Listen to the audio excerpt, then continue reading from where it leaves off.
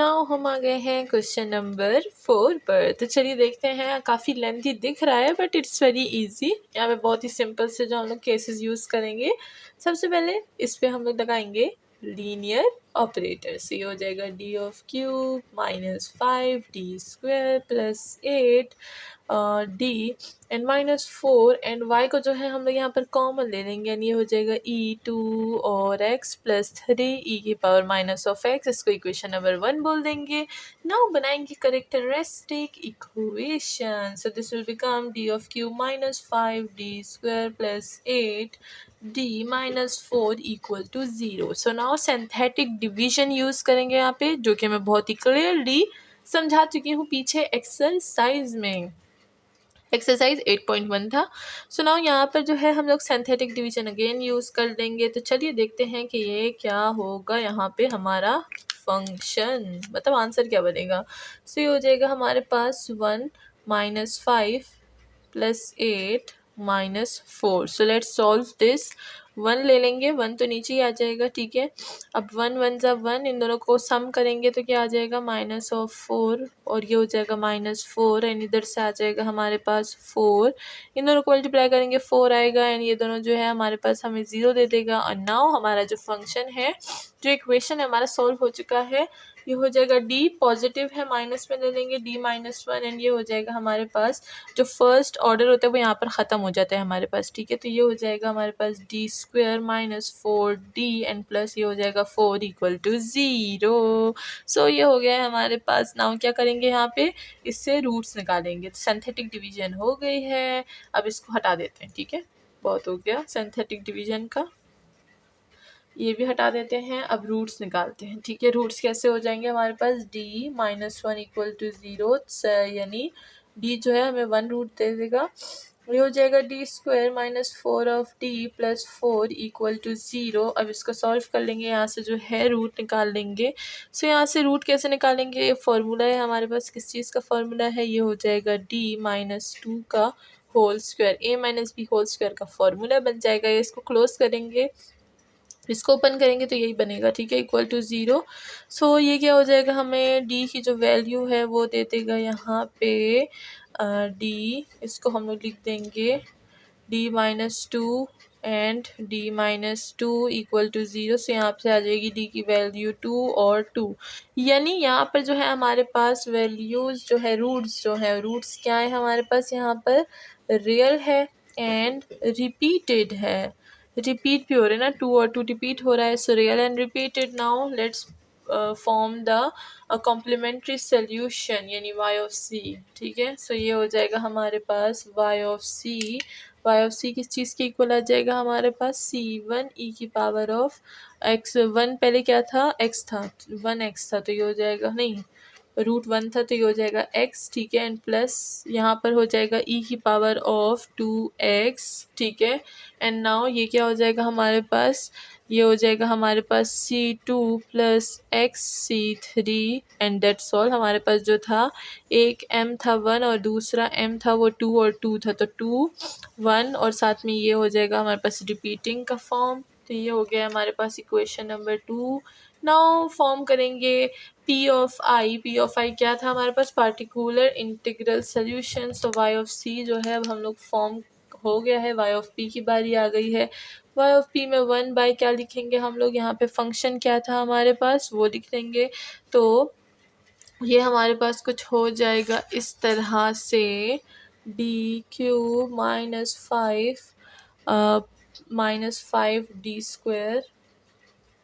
d² plus 8d minus 4, ठीक है। सो ये हमारे पास फंक्शन हो गया है। नाउ इक्वलिटी का क्या आ जाएगा, 2x प्लस 3 e की पावर माइनस ऑफ x। सो ये हमने क्या कर दिया है, हमने यहाँ पर जो है p ऑफ i का फॉर्मूला लगा लिया है, इसमें पुटिंग कर दी। ना इसको सेपरेट करेंगे, इसके साथ मल्टीप्लाई करेंगे, देन इसके साथ। सो ये हो जाएगा हमारे पास y of p equal to 1 by ये हो जाएगा d³ minus 5d² plus 8d minus 4 and साथ में सबसे पहले आ जाएगा e की पावर 2 ऑफ x प्लस ये हो जाएगा 1 by d cube -5d² plus 8d -4 and ये हो जाएगा 3e⁻⁻x हो जाएगा। ठीक है, so first part second part जैसे कि आपको पता है, पहले हम लोग फर्स्ट पार्ट यूज सॉल्व करेंगे देन सेकंड पार्ट सॉल्व करेंगे। सो चलिए सॉल्व कर देते हैं इन दोनों को। अगर यहाँ पर देखें तो बहुत ईजी है, दोनों को हम लोग यहाँ पर ही सॉल्व कर सकते हैं। तो चलिए उसी के साथ हम लोग इसको सॉल्व कर लेंगे। ठीक है, सो ये हो जाएगा हमारे पास y of p equal to, यहाँ पर क्या है, पावर 2 है, तो चलिए इसमें 2 पुट कर दें। तो ये हो जाएगा हमारे पास समथिंग 2 पुट करेंगे तो यहाँ पर जो है हमारे पास वैल्यू क्या आ जाएगी, वैल्यू आ जाएगी 0 और e⁻² ऑफ x। ठीक है, तो ये हो जाएगा हमारे पास 0 e⁻² ऑफ x हो जाएगा। एंड प्लस अगर यहाँ पर देखें, यहाँ पर -1 डालेंगे सो हमारे पास जो है वैल्यू क्या आ जाएगी, वैल्यू आ जाएगी -18 एंड साथ में आ जाएगा e⁻³ इधर आएगा। तो अगर आप 3 इधर लिखें या 3 के साथ ही लिखें डजेंट मैटर, कोई फ़र्क नहीं पड़ेगा। ठीक है, सो यहाँ पर अगर देखें तो हमें जो है दूसरे मेथड की ज़रूरत है, जो कि है क्या, जो कि ऊपर x को मल्टीप्लाई करेंगे, नीचे हम लोग क्या करेंगे, फंक्शन का डेरिवेटिव ले लेंगे। सो ये तो सॉल्व हो गया ना, इसको सॉल्व कर लेंगे। ठीक है, तो इसको सॉल्व करते हैं इधर। सो ये हो जाएगा y of p equal to, पहले मैं ये लिख लेती हूँ, ये हो जाएगा -1/18 3e⁻⁻x प्लस, अब मैं ये वाला सॉल्व करती हूँ क्योंकि ये तो सॉल्व हो गया है ना, तो हम लोग इसको पहले लिख देंगे, या फिर आप इसको ऐसे भी, अगर आप कंफ्यूज हो रहे तो आप इसको इस तरह से भी कंटिन्यू कर सकते हैं। ठीक है, अब ना इसको सॉल्व करेंगे, ऊपर x लिख देंगे, नीचे डिनोमिनेटर का क्या करेंगे, डेरिवेटिव, तो 3d² -5 2 10 हो जाएगा एंड d हो जाएगा 10d एंड प्लस 8 हो जाएगा एंड ये 0 हो जाएगा। तो ये हो गया e⁻² ऑफ x। नाउ यहाँ पर अगेन जो है हम लोग 2 ट्राई करेंगे, इसमें 2 पुट करेंगे तो देखते हैं कि फिर क्या आता है। इसको हटा देते हैं। सो अगर मैं इसमें फिर से 2 पुट करूँगी तो ये हो जाएगा y of p equal to -1/18 3e⁻⁻x plus x, और ये हो जाएगा हमारे पास 0 और ये हो जाएगा e⁻² ऑफ x। सो अब भी हमारे पास जो f ऑफ a है वो हमारे पास 0 आ गया है, जो कि हमें नहीं चाहिए। सो हम अगेन क्या करेंगे, अगेन हम लोग यहाँ पर x को मल्टीप्लाई करेंगे, यहाँ पर डेरिवेटिव लेंगे।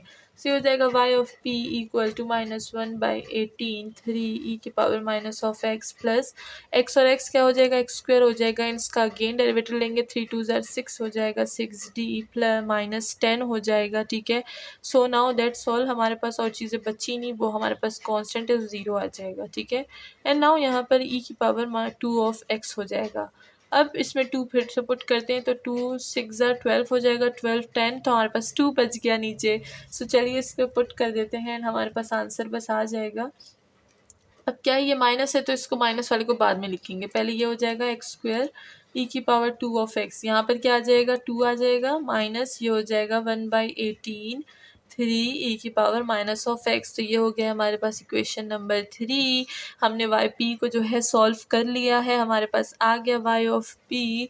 नाउ हम क्या करेंगे, अच्छा इसको और इसको भी कैंसिल कर देंगे ताकि सिंप्लीफाई हो जाए ना, तो ये क्या हो जाएगा, यहाँ पर 6 आ जाएगा। ठीक है, सो 1/6 e⁻⁻ ऑफ x। ठीक है, नाउ इसको हम लोग क्या करेंगे, सोल्यूशन में लिखेंगे, हमारा जनरल सोल्यूशन y है उसमें।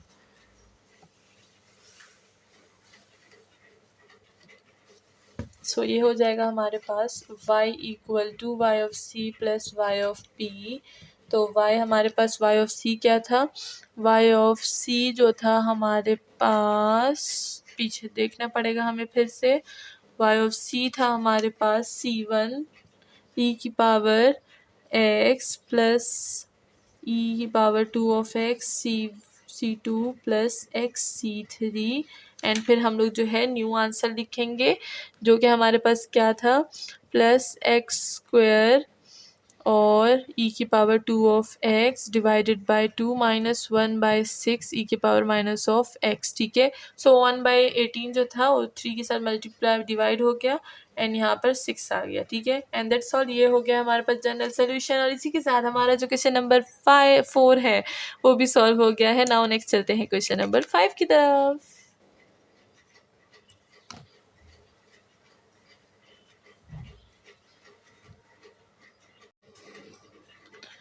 सो नाउ हम आ गए हैं क्वेश्चन नंबर 5 पर। एंड अगर यहाँ पर हम देखें सो हमें ऑलरेडी जो है लीनियर ऑपरेटर में क्वेश्चन गिवन है, जिसको हम लोग सॉल्व करेंगे। सबसे पहले जो बनाएंगे characteristic equation. So characteristic equation बनाएंगे, सबसे पहले ये हो जाएगा हमारे पास D cube plus D square minus D minus 1 equal to 0।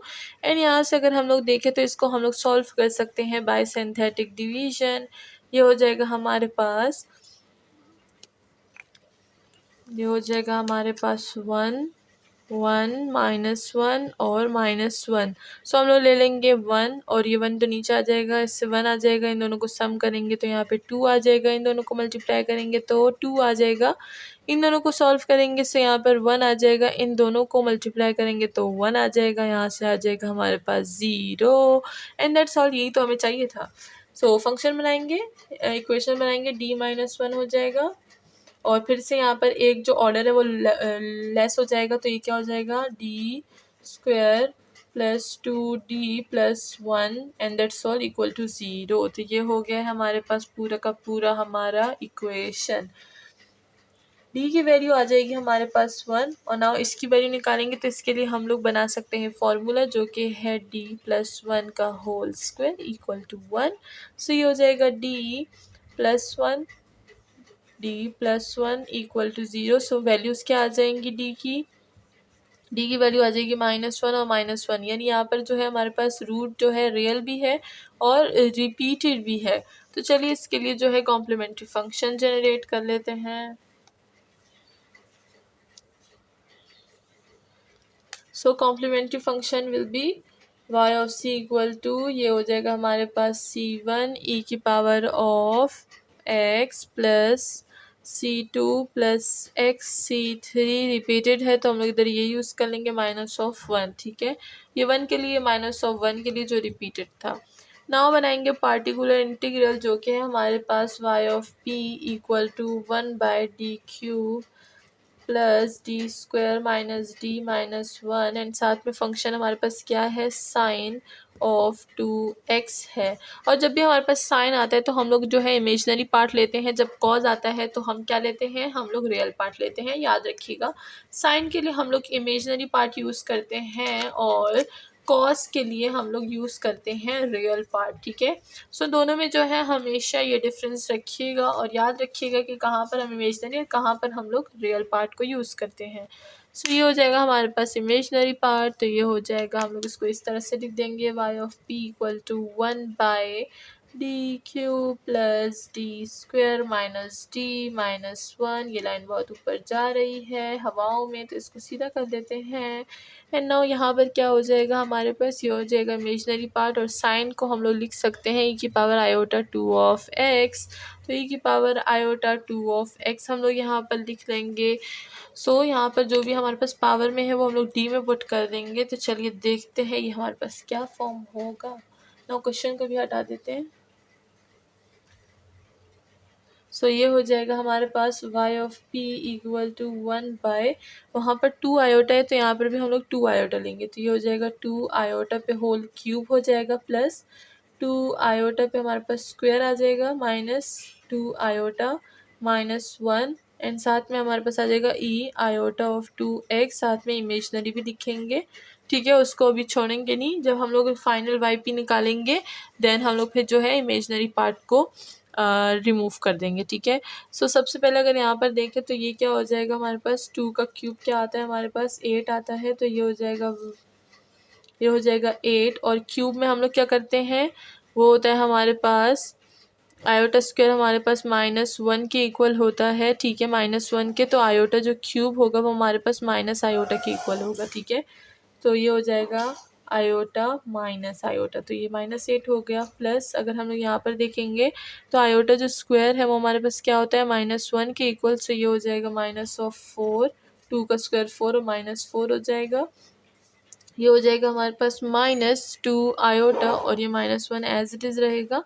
And यहाँ पर जो है हम लोग इमेजनरी पार्ट को यूज़ कर रहे हैं, सो यहाँ पर हम लोग लिख देंगे इमेजनरी e की पावर आयोटा ऑफ 2x। ठीक है, नाउ पहले इसको सॉल्व करेंगे, उसके बाद नीचे लगाएंगे इमेजनरी। अब हम यहाँ पर भी लगा सकते हैं, या यहाँ पर लगा लें, यहाँ पर लगा लें, डजेंट मैटर। ठीक है, सो हो जाएगा 1 ये और ये जो है आपस में सम हो जाएगा, ये और ये आपस में सम हो जाएगा। सो क्या हो जाएगा 5 माइनस 5 माइनस 10 ऑफ आयोटा हो जाएगा, एंड ये हो जाएगा e की पावर। अब यहाँ पर जो है आइलर फॉर्मूला अगेन ओपन कर लेंगे। सो क्या हो जाएगा जब आइलर फॉर्मूला हम लोग अगेन ओपन कर लेंगे, ये हो जाएगा हमारे पास cos of 2x plus iota sine of 2x। ठीक है, अब यहाँ पर हमारे पास आयोटा आ रहा है तो हम लोग फिर से जो है क्या यूज़ करेंगे, रेशनलाइजेशन यूज़ करेंगे।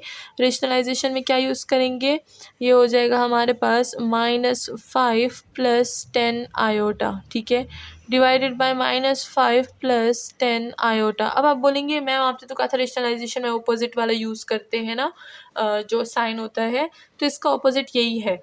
जो फर्स्ट वाला है हम उसका ऑपोजिट नहीं देखते, हम बीच के साइन के ऑपोजिट करते हैं। ठीक है, तो हमने माइनस की जगह +10 कर दिया। ठीक है, एंड -5 वो अपनी जगह पे ही रहेगा। तो रेशनलाइजेशन के जो है रेशनलाइजेशन के जो रूल्स हैं वो आपको पता होने चाहिए, क्योंकि यहाँ पर जो है वो चीज़ रिपीट नहीं होती, बिकॉज ये काफ़ी छोटे लेवल की चीज़ है, एंड फिर भी मैंने यहाँ पर एक दफ़ा बता दिया। ठीक है, सो ये हो गया है। नाउ इसको मैं ऊपर लिखती हूँ। अब यहाँ पर काफ़ी सारी चीज़ें हमने लिख दी हैं, फिर गड़बड़ होती है। हम लोग क्या थे, हम लोग कहाँ पे थे, हम लोग ने रेशनलाइजेशन की। तो चलिए यहाँ पर मैं फिर से पुट कर देती हूँ।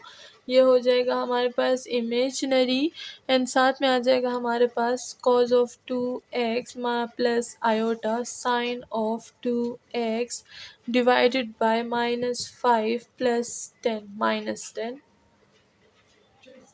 -10 आयोटा। एंड आगे क्या हो जाएगा हमारे पास, हमने रेशनलाइजेशन की थी जिसके लिए हमने यूज़ किया था -5 प्लस 10 आयोटा, एंड ये हो जाएगा -5 प्लस 10 आयोटा। ठीक है, तो चलिए सबसे पहले हम लोग इसका जो है एलसीएम का जो है सारी चीज़ें सॉल्व कर लेते हैं, जो कि आपके लेवल पे आपको आनी चाहिए। तो यहाँ पर जो है एलसीएम मैं डायरेक्ट लिखूँगी। सो ये हो जाएगा हमारे पास -5 का जो स्क्वायर है, -5